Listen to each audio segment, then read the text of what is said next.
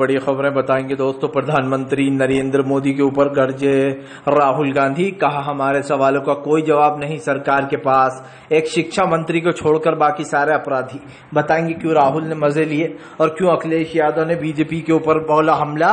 कहा फिलहाल ये सरकार कुछ करे ना करे लेकिन पेपर लीक में अपना रिकॉर्ड बना चुकी है। जब तक ये रहेंगे शिक्षा मंत्री तब तक लोगों को इंसाफ नहीं मिलने वाला। क्यों आखिरकार दोस्तों भारतीय जनता पार्टी के ऊपर भड़क गया असदुद्दीन ओवैसी, बताया कैसे संविधान की धज्जियां उड़ा रही है। फारूक अब्दुल्ला ने भी बीजेपी पर साधा निशाना, कहा चुनाव हार गए इसलिए अब ओछी हरकतों पर उतरी है योगी सरकार। तमाम मुद्दों पर होगी बात, लेकिन उससे पहले अगर आपने अब तक हमारे चैनल को सब्सक्राइब नहीं किया कर लीजिए, पास में एक घंटी आएगी इसको भी दबाइए ताकि हर वीडियो की अपडेट आप तक पहुंच पाए। दरअसल दोस्तों मैं आपसे एक चीज हमेशा कहता हूं कि ये सरकार सिर्फ और सिर्फ जनता के खिलाफ है, ये जनता के अगेंस्ट है। और ये मैं इसलिए कहता हूं दोस्तों क्योंकि जब कल पार्लियामेंट में राहुल गांधी ने सवाल पूछा कि आप बताइए, शिक्षा मंत्री बार बार कहते हैं कि पेपर लीक नहीं हुआ, कभी कहते हैं कि हमारी इसमें कोई गलती नहीं है। राहुल गांधी ने भी ताना मारते हुए कहा कि आपको छोड़ के सबकी गलती है, सारे विपक्ष की गलती है, पेपर लीक आपकी नहीं है। राहुल गांधी ने ताना मारा और मजे ले लिए। यही नहीं दोस्तों, शिक्षा मंत्री की क्लास लगा दी राहुल गांधी ने। सबसे बड़ी बात है दोस्तों, आज बीजेपी के राज्य में महंगाई, गरीबी और हिंसा सबसे ज्यादा बढ़ गई है। लेकिन उसके बाद भी बीजेपी कहती है कि हमारा तो पेपर लीक में कोई हाथ नहीं है, हम उन्हें सजा देंगे। बताइए ऐसी सजा दी जाती है कि पेपर लीक करने वाले डरते ही नहीं है सरकार से दोस्तों, लगातार पेपर लीक करते हैं, एक के बाद एक पेपर लीक होते हैं। तो इस सरकार की फिर जिम्मेदारी क्या है जब ये सरकार किसी सवाल का जवाब देना ही नहीं चाहती है और ये काम ही नहीं करना चाहती है? तो फिर दोस्तों किसने इस सरकार को जो यहाँ पर इस पोस्ट पर रख लिया? क्योंकि सबसे बड़ी बात यह है कि पेपर लीक हो या फिर कुछ भी होता है सरकार के खिलाफ तो सरकार जो है अपने बहाने बनाने के लिए जानी जाती है। और उससे भी बड़ी बात यह है कि ये सरकार बहाने बनाने में मास्टरमाइंड है, बार बार एक ही चीज दोहराती है कि इसमें हमारा कुछ लेना देना नहीं है। तो फिर आप सत्ता पर बैठे क्यों हो जब आपके बस की नहीं है? तो वहीं पर अगली जो बड़ी खबर निकल के आ रही है दोस्तों, आपको बताते चले असदुद्दीन ओवैसी ने बीजेपी पर साधा निशाना। कहा बताइए, बीजेपी उन लोगों को, सरकारी लोगों को आरएसएस के कार्यक्रम में जाने को बोल रही है दोस्तों। पहली बार बीजेपी का असली चेहरा लोगों के सामने आ गया है। दरअसल दोस्तों अभी कुछ दिन पहले तो बड़ी बड़ी बातें कर रहे थे जेपी नड्डा और कह रहे थे कि अब हमें आरएसएस की जरूरत नहीं है, अब बीजेपी इतनी बड़ी बन चुकी है। और उसके बाद आरएसएस से पंगा लेने के बाद जब ये चुनाव हार गए, मतलब बहुमत का आंकड़ा भी पार नहीं कर पाए, चुनाव हार गए, तो दोस्तों अब बीजेपी ने नई चाल चली। अब बीजेपी कह रही है कि सरकारी लोग अगर चाहें तो वो आरएसएस के कार्यक्रम में शामिल हो सकते हैं। क्यों भैया, सरकारी लोग आरएसएस के कार्यक्रम में क्यों शामिल हो सकते हैं? आरएसएस को गांधी जी का, एक तरीके से गांधी जी की हत्या में आरएसएस को दोषी माना जाता है दोस्तों, माना जाता है। ये भी गोडसे के साथ मिले हुए थे आरएसएस वाले। यही नहीं, आरएसएस को देशभक्त कोई नहीं कहता है दोस्तों, आरएसएस को कहीं ना कहीं देश विरोधी माना गया है। और ये बात बार बार सामने आती है कि आरएसएस नफरत फैलाती है।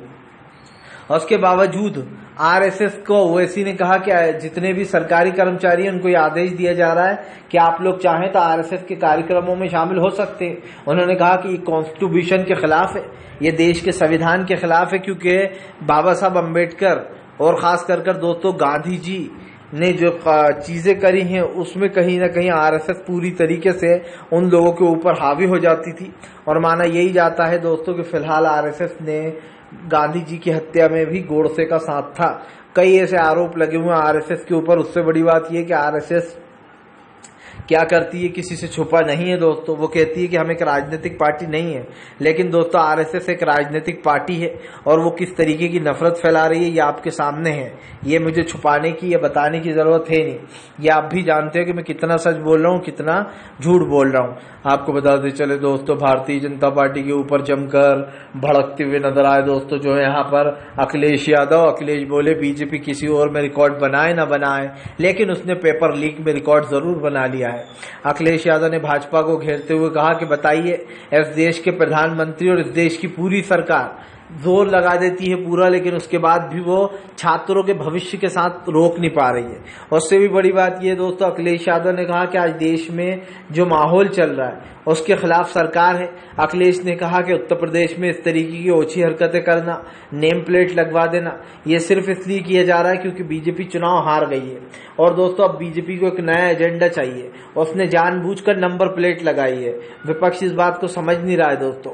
बीजेपी का तो मकसद ही ये है कि विपक्ष इस मुद्दे को उठाए, क्योंकि दोस्तों अगर विपक्ष इस मुद्दे को उठाएगा तो ये हिंदू मुसलमान होगा और ये और भी ज्यादा बड़ा मुद्दा बनेगा। अब बीजेपी को क्या आशा है कि हो सकता है इस मुद्दे से हमें वोट मिल जाए। मजे की बात तो तब होगी जब उत्तर प्रदेश में बीजेपी का सूपड़ा साफ ही हो जाए इन 10 उपचुनाव की सीटों पर भी।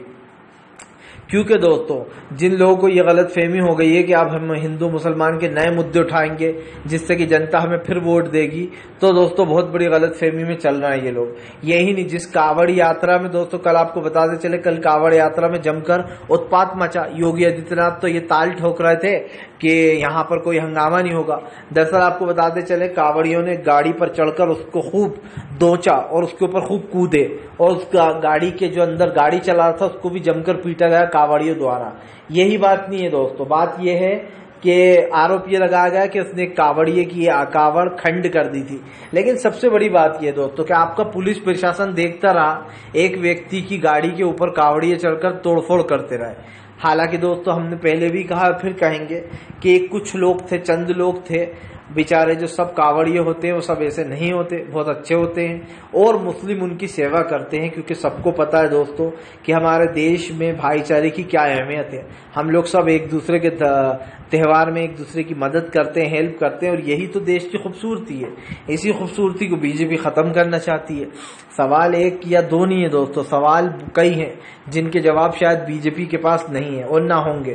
क्योंकि भारतीय जनता पार्टी एक चीज समझ जाए दोस्तों, इस देश की राजनीति आज जहां घूम रही है कल भी वहीं थी और कल जहां होगी परसों भी वहीं होगी। क्योंकि सरकार की नीतियां और सरकार के फैसले किसी से छुपे नहीं है। मैं तो बार बार इस चीज को दोहराया है दोस्तों और कहता भी हूं कि भारतीय जनता पार्टी चाहे कुछ भी करे लेकिन देश की विचारधारा देश के साथ है। प्रधानमंत्री नरेंद्र मोदी हों या तमाम बीजेपी के नेता हों, ऊल जलूल बातें करते रहें, जनता जो है देख रही है, सब कुछ समझ रही है कि ये सरकार क्या कर रही है। आपको बता दे चले दोस्तों, फिलहाल भारतीय जनता पार्टी के ऊपर जमकर गरजे फारूक अब्दुल्ला। फारूक अब्दुल्ला बोले बीजेपी यह कानून जानबूझकर लाई है क्योंकि वो देश में हिंदू मुसलमान करना चाहती है। फारूक अब्दुल्ला ने आरोप लगाया कि बीजेपी के इस कानून लाने का मतलब ये नेम प्लेटें लगवाने का सिर्फ एक ही मकसद है कि इससे हिंदू मुस्लिम हो। आपको बता दें फारूक अब्दुल्ला ने कहा कि बीजेपी चुनाव हार गई, उसे उत्तर प्रदेश में सीटें तक नहीं मिली, इसीलिए वो ये सब कुछ कर रही है ताकि उसको फिर से लोगों की सीटें मिलना शुरू हो जाए दोस्तों, फिर से लोग सपोर्ट करने लगे जो हिंदू मुस्लिम पर वोट दें। लेकिन दोस्तों हमारे देश की जनता को हिंदू मुस्लिम नहीं बल्कि हमारे देश की जनता को रोजगार चाहिए। आज महंगाई से निजात पाना दोस्तों हर गरीब का हक बन चुका है। महंगाई इतनी बढ़ चुकी है कि शायद गरीब इंसान सोच भी नहीं पा रहा है वहां तक जहां तक इन्होंने गरीबी बढ़ा दी है।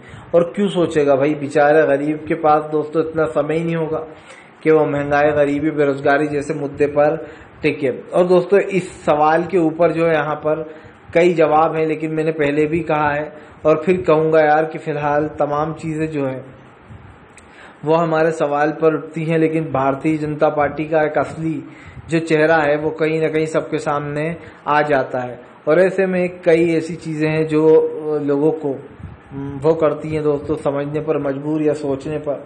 हम तो पहले भी कह चुके हैं और फिर कहेंगे कि दोस्तों सोच समझ से बहुत बाहर का मामला हो चुका है। अब जनता जो है वो कोई मुद्दे पर सोच नहीं रही है, बात नहीं कर रही है। और ऐसे में देश की जनता दोस्तों एक बात तो जानती है कि फिलहाल सरकार चाहे कुछ भी करे, जनता के पास हर सवाल का जवाब है। फिलहाल चलिए बढ़ते हैं एक और अगली बिग ब्रेकिंग की तरफ। बता दोस्तों अगली जो बड़ी खबर निकल कर आ रही है, भारतीय जनता पार्टी के ऊपर दोस्तों जमकर भड़कते हुए नजर आए संजय रावत। संजय रावत बोले देश का प्रधानमंत्री ने खुद ने देश में फैलाई है जो है दोस्तों खास करके